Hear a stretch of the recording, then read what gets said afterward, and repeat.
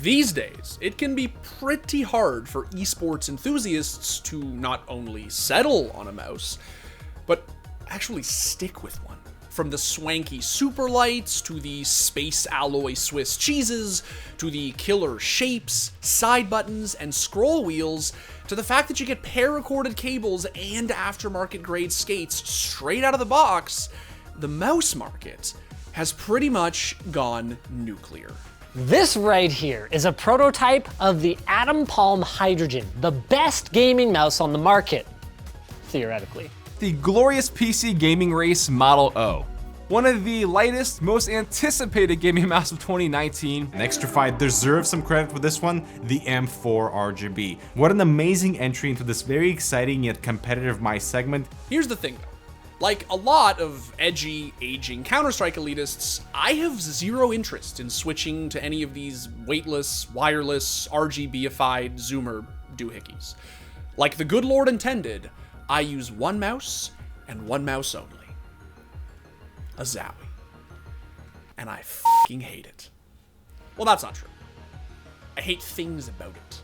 I hate that it is a clunky, tethered brick with a 2-ton cable, mushy scroll wheel, and scratchy skates. What I and countless cultists across the whole of esports love is the shape. Despite being slow to adapt, Zowie's sublime and foundational designs have allowed them to remain as goated as the day they began to revolutionize the gaming mouse industry nearly 15 years ago. Zowies are, and forever will be, S tier. Or will they? Are other brands simply catching up to Zowie, or are they eating Zowie's lunch? And if the latter, what are Zowie gonna do about it?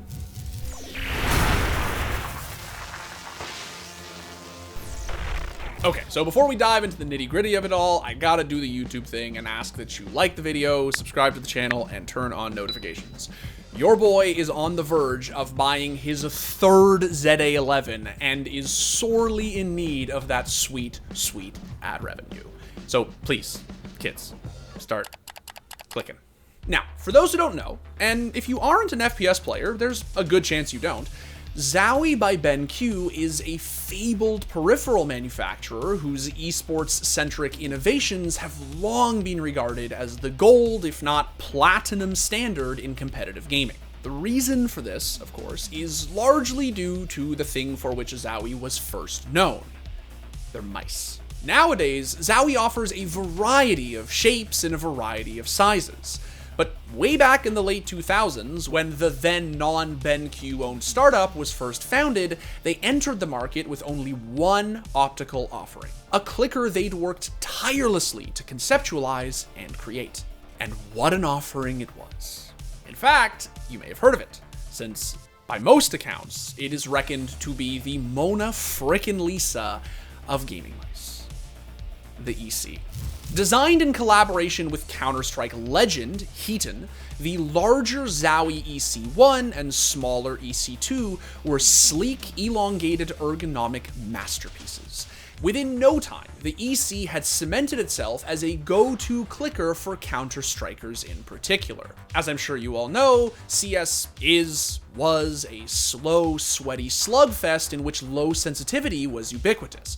So it made sense to use a sort of smooth, simplistic brick that could be enveloped by the hand and swung by the arm. Zowie did go on to release some other shapes, of course, like the StarCraft-driven Miko and ambidextrous Spawn-designed AM, but virtually all of them failed to catch on and eventually faded into obscurity. For it was the EC that really took hold of FPS esports.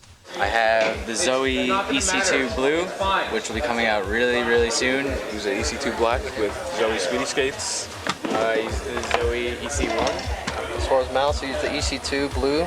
I use the white EC1 default mouse skates. So why is that? Well, for starters, because it was designed explicitly with esports in mind. Both DPI and eventually polling rate could be adjusted from the bottom of the mouse via physical buttons, meaning that you didn't have to install drivers or customization software on some random LAN tournament PC if you wanted to go compete somewhere and change your sensitivity. It also came in different sizes, which matters. Like, a lot. I cannot tell you how many mice I have abandoned over the years, either for being too big or too small, irrespective of the fact that I actually really liked the shape. And speaking of shape, that is where the EC truly just shines. Here to help us understand why the EC is so unremittingly S tier is my day one ride or die ergo homie, Garrick Foreman, a PhD candidate at Brock University who specializes in esports related biomechanics. Well, looking at the EC, it absolutely does have a classic design to it. And there's a reason that every other manufacturer is picking up this design. Because there's nothing forcing it into any kind of awkward posture, it really lets you adapt to what's comfortable for you. So the more adjustable something is, the better it is ergonomically. Just like sitting in a chair, adjusting and moving is good. The ability to adjust on a mouse and not just stick in the same posture for 8 hours, 12 hours a day, I think is really beneficial. And the fact that the EC is such a, I don't know if I would say it's like a blank canvas almost in its simplicity. So it allows you to really adjust for what's comfortable for you, and it allows you to adjust and change as you go. If something is starting to bother you a little bit, you don't have to force your hand into that same posture. Now, I want to be clear. The EC series isn't actually for everyone. Like, don't get me wrong. It is a clear contender for the most important and influential gaming mouse ever made, and I am gassing it up for good reason. But it does have its drawbacks. I, for one, can't stand the thing. Over and above the fact that you need to be right-handed to use one, and that unless you're twists, it sort of forces the user into a palm grip, the hump is situated towards the center, which I hate. And the back is flatter than an 8th grade orchestra. This makes it harder to not only grab the mouse with the back center of the palm, but sort of steer it, since there's nothing for it to latch onto. Zowie were aware of this, of course, and after being acquired by BenQ in late 2015, began designing a whole new array of alternatives. From the low-profile FK, to the short, snubby S, to the back-heavy ZA, which I use, Zowie spent the next 5+ years innovating a variety of equally safe, symmetrical designs that, taken collectively, could genuinely be said to satisfy an FPS competitor's every whim and cry. They do seem like very minuscule differences, but when you're thinking about the duration of use, of the fine motor skills that you're using when you're using a mouse and how long you're using it for, those little tiny changes become huge changes. It's so important because in ergonomics, we design things for individuals who fall between the 5th and 95th percentile of measures. Before long, Zowie had pretty much solidified themselves as the mouse to beat in competitive FPS. Their popularity was most pronounced in CSGO, of course, with, according to Zowie's 2021 census, about 60% of pros using either version of the EC. Now, that's not to say that the ambidextrous models weren't popular. They were. In fact, they became the go-to for some pretty big names. Nice. Here's the thing though. As esports became increasingly mainstream and mouse and keyboard FPS started undergoing a renaissance of sorts, so too did the science and structures around, well, aiming. Before long, you had all these competitors, reviewers, and customers feasting their eyes on not only which peripherals were available and what made them good or bad, but how they could be improved. And at some point, Zowie started to get, I wouldn't say outmoded, because their mice were still very relevant, but they were sure as shit being outpaced. With manufacturers old and new racing to make their products as light, bright, and optimized as possible, Zowie fans started to get frustrated that this fabled mouse maker looked to be resting on its laurels, watching as other companies took their shapes and improved upon them in ways that Zowie themselves ostensibly couldn't be bothered to. Peripheral companies do this thing where, like, when they have something, they don't really update it or, like, take good care of it. Thank you. Like, maybe that's not fair, but, like, I think Zowie's been a bit complacent in recent years compared to where they used to be. Because minus a few notable exceptions, the vast majority of mouse shapes that have made waves over the past couple of years have been heavily inspired by Zowie. And with good reason. Zowie's shapes are second to none. And if they're not going to be the ones to bring their legendary blueprints into the modern age, then shit, somebody should. And, to be clear, there's nothing wrong with that. Capitalism may not be very based, but it does give way to better products by way of competition, innovation, and yes, imitation. The question, of course, is, well, there are several. The first is, how outdated are Zowie's mice, really? I would say that up until about 6 months ago, the answer was very. They were heavy, had awful scroll wheels, and the rubber cables still drive me up the wall. Now, the reason that Zowie never went wireless was sort of understandable, since they'd ceased to be plug and play. But no paracord? Really? Come on.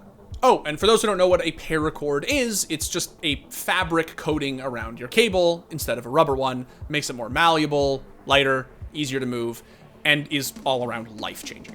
In terms of the actual sensor, I have no idea, which is perfect. Because as I'm sure many of you know, Colten is something of a controller-wielding console scrub, and so there was no real, organic way to integrate his voice into this episode, until I needed a turbo dork to talk about optical stuff. So yeah, floor's yours, Slugger. And now, the guy who actually knows what he's talking about. Man, this Dimitri guy is really starting to get full of himself. One of these days I just gotta host my own episode of Cracked and stick him in his own little segment. Call it, the guy who most definitely doesn't know what he's talking about. Let me know in the comments. I actually talked about mouse sensors back in our video about the Logitech G Pro, so if you haven't watched that, finish this video, because YouTube algorithm, and then click over there and check that out too.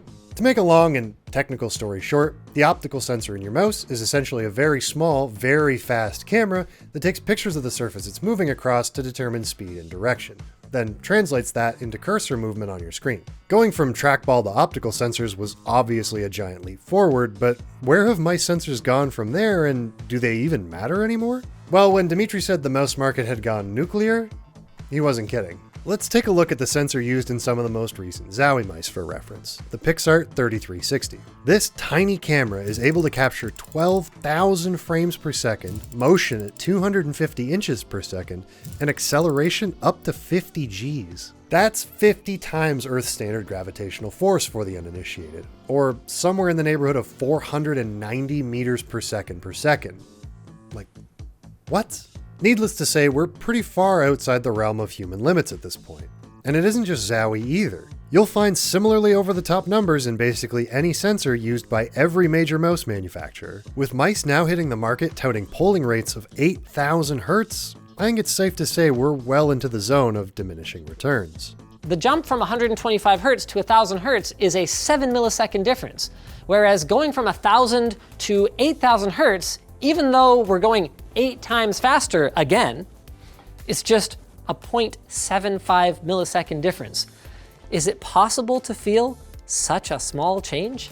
Sure, the companies that make these mouse sensors are likely to keep upping the ante for marketing's sake, but most people agree that we're already past the point where you would actually be able to tell the difference between one mouse sensor and another. Every major peripheral company is going to have a quote-unquote flawless implementation of their sensor, meaning there are no distortions in the signal between the sensor, the microcontroller, and your PC. It's always worth double checking before you buy a mouse, but you're pretty safe with major brands these days. So does the mouse sensor matter?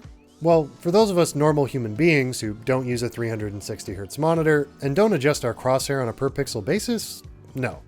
I'm not suggesting you don't do your research and know what you're getting when you buy a mouse, but at the end of the day, the much more important part of that decision is the shape, weight, and feature set of the mouse. Don't let flashy marketing numbers trick you into buying a mouse that isn't right for your hand. And that was the guy who actually knows what he's talking about. So yeah, Zowies are obviously serviceable in the modern era, but they're not ideal.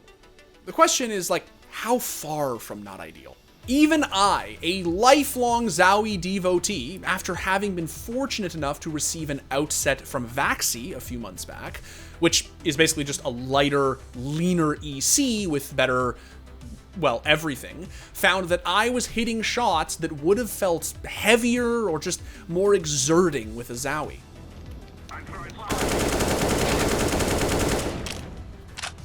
And the reason for this is pretty simple.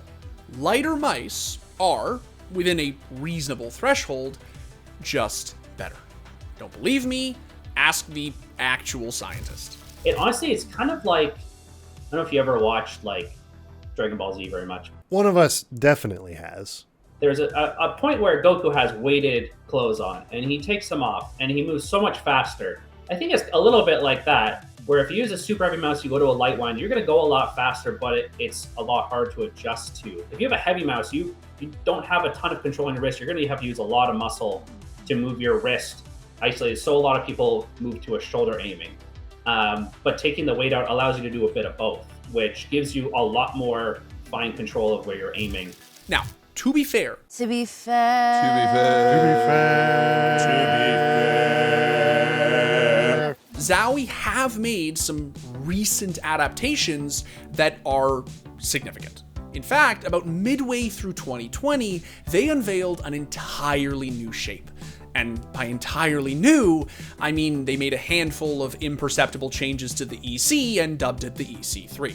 The overall length of the EC3 is shorter than the EC2, and more space has been created in the base of the palm area, allowing slightly more flexibility in movement.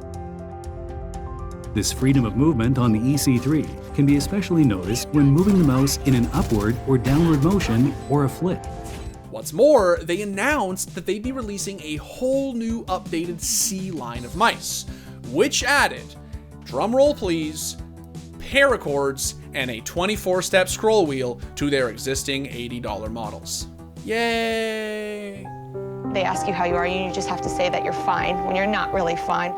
Memes aside, as sad as it may sound, this is actually a huge improvement for us Zowie stans. I don't need the mouse to be wireless. I just need it to be paracorded, have a functional scroll wheel, and be light enough that it stops being obliterated by the competition. As for what the next update looks like, who's to say? Wireless has been rumored forever, but who knows? The other question, obviously, is why are Zowie so slow to adapt? Like, why improve your products at a purposefully glacial pace? The short answer is because, for a long time, they didn't really feel the need or the pressure to ramp things up. For a long time, people stuck with Zowie no matter what. Even now, in 2022, having tried a myriad of alternatives, I cannot bring myself to switch off the ZA11.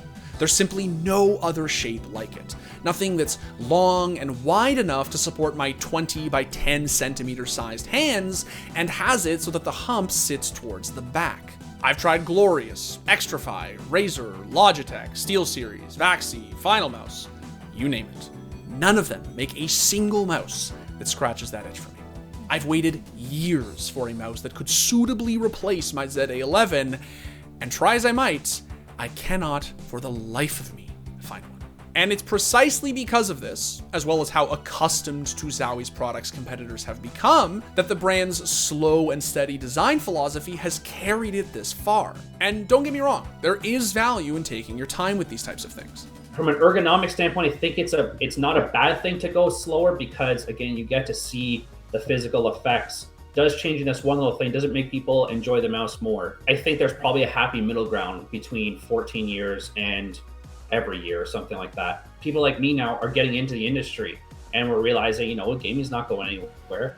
Esports is not going anywhere. This is something we need to start researching. If they had a team doing some research, they could actually be getting some studies done, bring it into a lab, get people to use it, look at comfort, look at performance, things like that. And having those big time periods between different iterations of the mouse allows you to do that, which a lot of companies don't do. But with the rest of the industry not only catching up, but kind of soaring ahead, it does seem as if Zowie's finally feeling the heat. Will Zowie ever actually go wireless, make a Swiss cheese mouse, or implement some other sort of radical, earth-shattering change? I hope so. But until that day comes, if it ever comes, I'm just thankful that they are listening to their community of supporters somewhat. I've stuck with them this far. I can't stop now. And listen, chances are it'll be worth the wait. Because if history is any indication, the day that Zowie's next big innovation does come, it'll change everything. It's gonna slap really hard, Colten.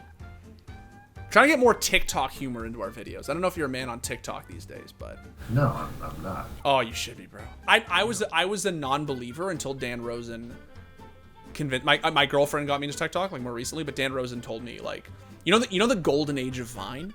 Of course you do. Yeah. Of course you do, because you're a man of culture. These Zoomers on TikTok are doing that again. They're actually doing that again. Like their humor is so dank. It's so S tier that like it's a whole new age, bro.